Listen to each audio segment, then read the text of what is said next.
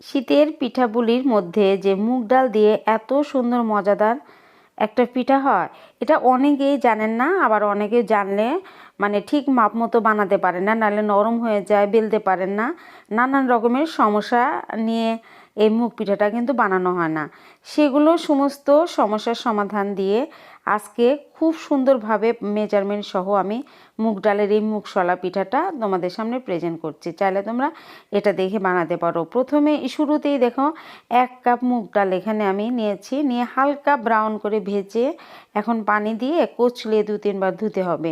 ধুয়ে যখন একদম ক্লিন আসবে পানি, তখন গরম পানি, ফুটন্ত পানি দিয়ে সামান্য লবণ দিয়ে এটা হাফ সিদ্ধ করে নিতে হবে।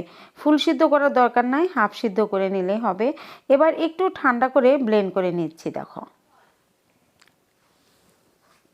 একটু ঠান্ডা হলে ব্লেন্ড করে নিচ্ছি, আর ব্লেন্ডারের সাথে 1 চামচ দারচিনি গুঁড়া আর 1 চামচ গোলমরিচের গুঁড়া আর 2 চামচ চিনি দিয়ে এখন এই ডালটাকে ব্লেন্ড করে নিব। এতে করে ফ্লেভারটা এত সুন্দর আসবে, গোলমরিচ আর দারচিনির গুঁড়াটা দিলে খুবই সুন্দর একটা স্মেল আসবে। পিঠা এত মজা হয় এটা। তারপর ওটা আমি বেটে রেখে তারপরে যে ফ্রাই প্যানে আবারও 1 কাপ পানি, সামান্য লবণ আর 1 কাপ চালের গুঁড়া দিয়ে এরকমভাবে খুব সুন্দর করে সিদ্ধ করে নিতে হবে। যখনই দেখবে চালের গুঁড়োটা সিদ্ধ হয়ে গেছে, তখন সেই মুগ ডাল বাটাটা এখানে দিয়ে দেবে। চাইলে তোমরা এখানে 1 কাপ বাটা দিয়ে কিন্তু 2 রকমের পিঠা বানিয়ে নিতে পারো, এটা তোমাদের ইচ্ছা। তারপরে এই যে আবারও ময়দা দিয়ে দিচ্ছি। এখানে আমার 1 কাপ ময়দা লাগবে। প্রথমে হাফ কাপ দিয়ে দিলাম, আবারও আমি হাফ কাপ দিয়ে শক্ত মতো একটু ডো বানিয়ে একটু ঠান্ডা হতে দিলাম। দিয়ে এবারে যে পুরের জন্য 1 কাপ নারকেল কোড়া আর হাফ কাপ খেজুরের গুড় দিয়ে তারপরে যে সুন্দর করে মানে পুরটা বানিয়ে নিচ্ছি। অনেকেই আবার বলো যে পুর একসাথে জমা লাগে না, আবার জমা লাগলেও কিন্তু একদম মোয়ার মতো শক্ত হয়ে যায়। অনেকেরই অনেক কনফিউজ থাকে, তাদের জন্য নতুন আরেকটা টিপস। এখানে গুড় যতই কম দাও না কেন 1 চা চামচ এখানে কর্নফ্লাওয়ার দিয়ে দিবে, তাহলে কিন্তু সুন্দরভাবে বাইন্ডিংটা চলে আসবে পুরের।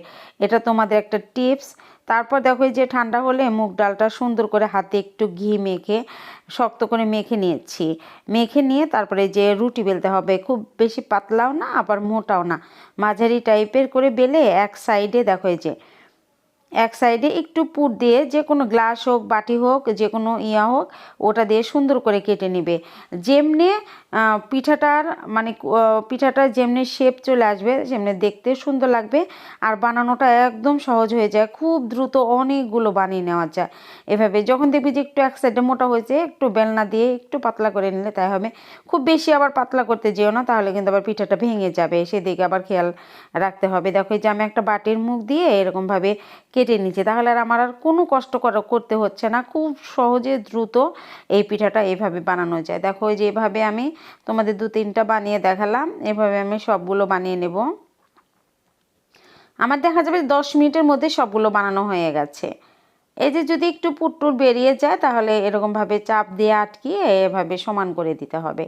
তাহলে এরকম করলে হবে কি, সব পিঠা একই মাপের একই রকম হবে, দেখতেও সুন্দর লাগবে।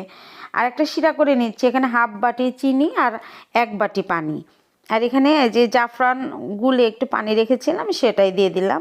দিয়ে এখন চিনিটা গলা পর্যন্ত নাড়তে হবে। চিনিটা গলে গেলে তারপর আর 5 মিনিট জাল দেবে। খুব বেশি ঘন হবে না শিরা, আবার পাতলাও হবে না, যেন পিঠাটা ভেজে। শিরাটা নামিয়ে রাখলাম, পিঠাটা মানে শিরা হয়ে গেছে। এবার পিঠা ভাজার পালা। পিঠা দেখো খুব বেশি গরম তেলে ভাজবে না, কিন্তু হালকা গরম তেলে ভাজবে, তাহলে খুব সুন্দর হবে। আমি কিন্তু চুলার আঁচটা খুব কম করে রেখেছি, কম আঁচে একটু সময় নিয়ে এই মুগ ডালের পিঠাটা ভাজতে হয়।